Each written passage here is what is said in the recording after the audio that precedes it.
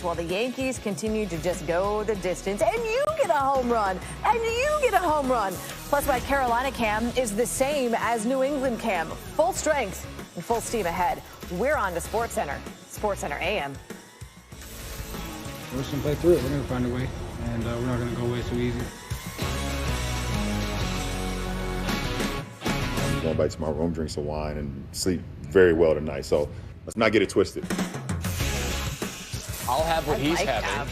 Yeah. We're properly caffeinated with you on SportsCenter AM. Nicole Briscoe, Randy Scott alongside. It's Saturday morning. Some of the biggest names in golf didn't make the cut at the U.S. Open. We start with a huge name and a huge battle. The last two teams remaining in the Western Conference in the NBA. And no matter what happened in Game 1, it was going to be a break from the norm. The Nuggets, all they do is come back twice, back from 3-1 deficits. The Lakers haven't won a game to open a series yet. This is the first time, our second time in NBA playoff history. We've got 4 players, 2 from each team, averaging 25 points per game. You got LeBron and AD, Jokic and Jamal Murray. And LeBron, little scoop, score. 4 minutes to go in the first quarter. Lakers up 21-19. Let's get AD in. Now 23-19. That's the Lakers side of the scoring duo. Go Jokic for the Nuggets now. Past AD for the bucket. And Jamal Murray getting in early and often. In the first quarter, LeBron and AD combined for 16. The Nuggets duo, 20. Nuggets by 2 after 1.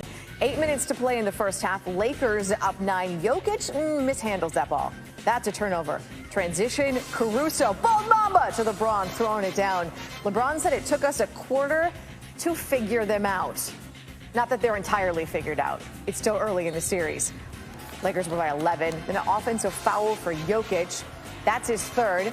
Hurt words or something. I'd translate, but I probably can't. Murray now getting harassed by 2 Lakers. Doesn't get the foul, and then he does because he's teed up, because he too is unhappy. More hurt words. 30 seconds later, it's now 53-41 LeBron and 1. The Lakers shot 32 free throws in the first half. It's the team's most in the first half of a playoff game, which started back in 1997, by the way.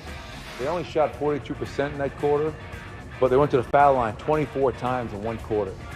24 times in a quarter. Which is an extremely high number, on pace for almost 100. And we were called for 16 personal fouls in that quarter. Jamal Murray was like, yeah, we know how it's going to be now.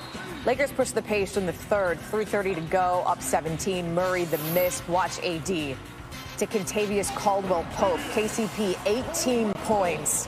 Quick points there. 19-point lead for LA. Then Rajon Rondo throwing it up. AD is there. 6 seconds into the shot clock. They had plenty of time to waste if they wanted.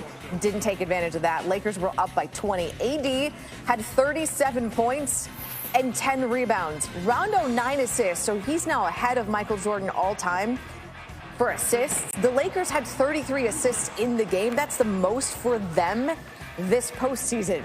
Lakers outscored the Nuggets 23-4 in transition points through the third quarter. They were up 103-79 through 3. In the fourth now, you'd rather be lucky than good or good than lucky. I don't know how to explain this one, but somehow Rondo gets that one to go.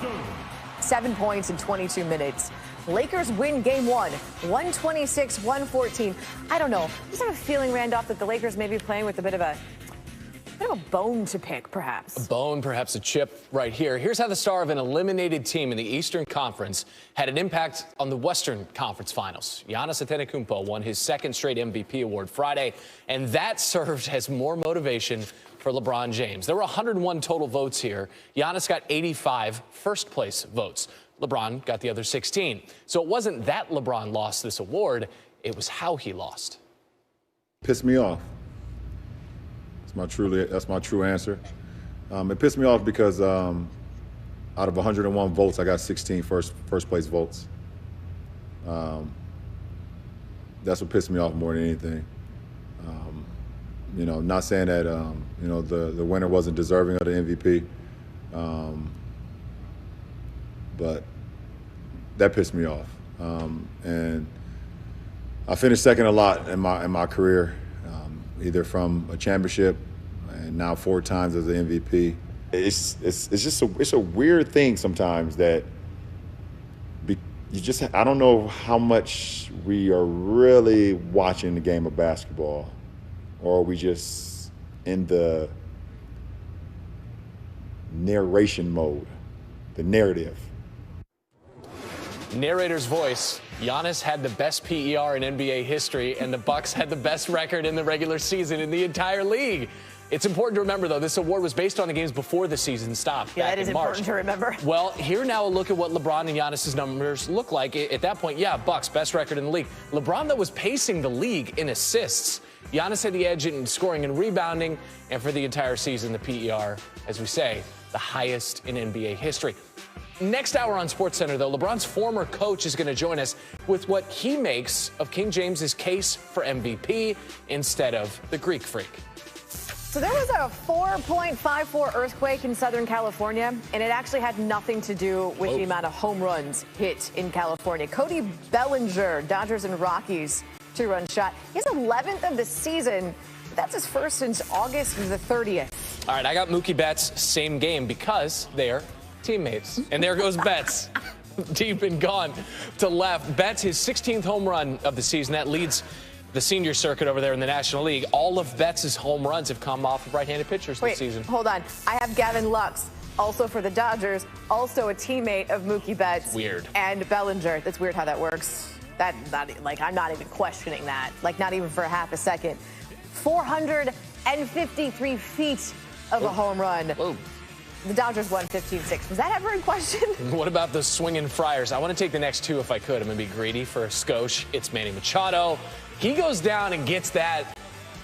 That's sort of a modified golf swing. You're up there in North San Diego County, say Torrey Pines. Oh, stop it. Everything breaks toward the water. That's what you got to remember. So Machado's 15th. He's not done. Marine layer. He takes Walker Lockett's pitch, top 9 gone. 27th career multi-home run game for Machado. Padres win 6-1. Rolled tacos at Roberto's for everyone. How about this one? Angels and Rangers. Albert Pujols, he's hit a home run or two, or a lot more than that in his day. This one is gone again. Line drive shot. 5th home run this season.